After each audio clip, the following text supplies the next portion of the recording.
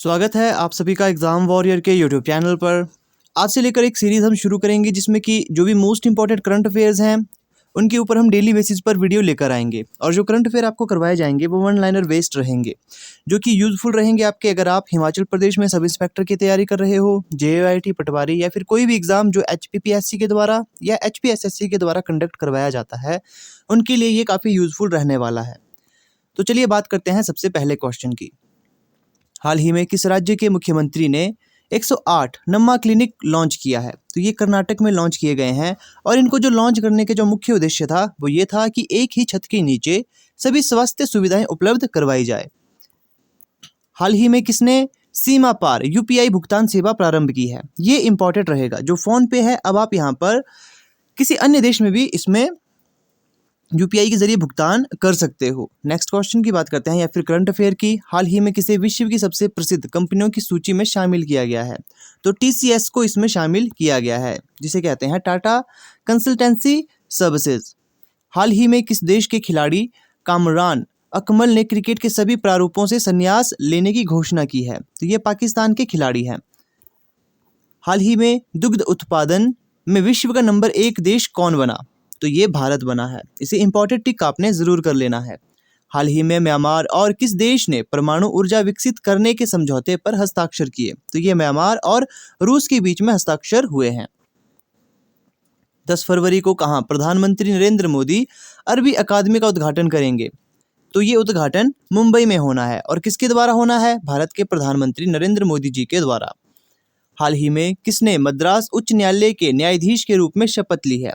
Victoria Gauri ने मद्रास उच्च न्यायालय के न्यायाधीश के रूप में शपथ ली है। हाल ही में कहाँ मूर्ति कला पार्क का उद्घाटन किया गया? तो नई दिल्ली में मूर्ति कला पार्क का उद्घाटन किया गया है।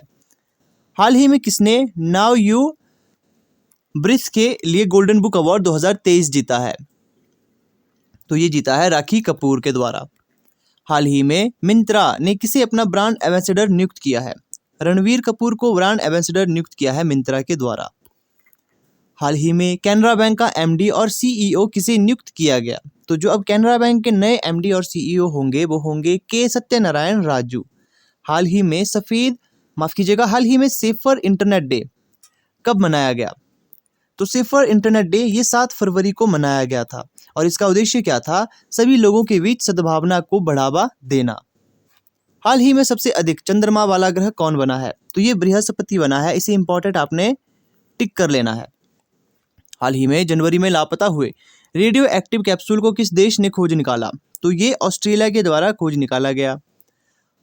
भारत के किस पड़ोसी देश ने 37 शहरों में मार्शल लॉ घोषित किया है? ये म्यांमार के द्वारा घोषित किया गया है।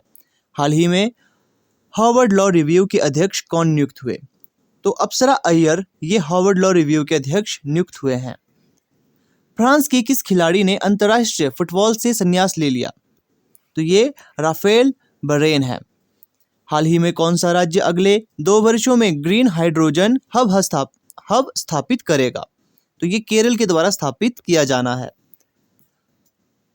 हाल ही में कलिंग लिटरेरी फेस्टिवल का 9वां संस्करण उड़ीसा के किस शहर में आयोजित किया गया? भुवनेश्वर में ये आयोजित किया गया था। हाल ही में यूनाइटेड नेशन रिपोर्ट के अनुसार कौन सा देश डिफेंस कंपनियों के डाटा में सेंध लगा रहा है? तो यह है उत्तर कोरिया। हाल ही में नेपाल क्रिकेट एसोसिएशन ने किसे मुख्य कोच नियुक्त किया है? तो ये मोंटी देसाई को नियुक्त किया है, जो कि पूर्व भारतीय क्रिकेटर रहे। इसे इंपॉर्टेंट आपने टिक कर लेना है। हाल ही में किस देश के दिग्गज क्रिकेटर एरॉन फिंच ने अंतर्राष्ट्रीय क्रिकेट से संन्यास लेने की घोषणा की है? तो वो है ऑस्ट्रेलिया के खिलाड़ी।